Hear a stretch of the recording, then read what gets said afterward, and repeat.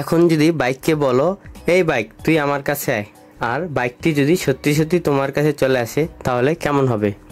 আবার থামতে বলতেই এক কথাতেই থেমে যাবে।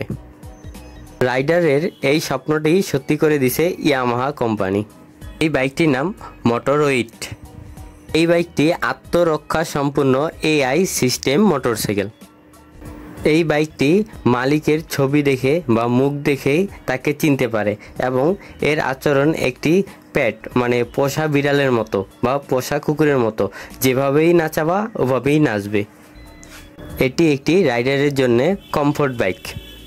আপনার সিটিং পজিশন এবং রাইডিং অনুসারে এই গাড়িটি নিজেকে আপনার সিট হাইট অনুযায়ী অ্যাডজাস্ট করে নেবে।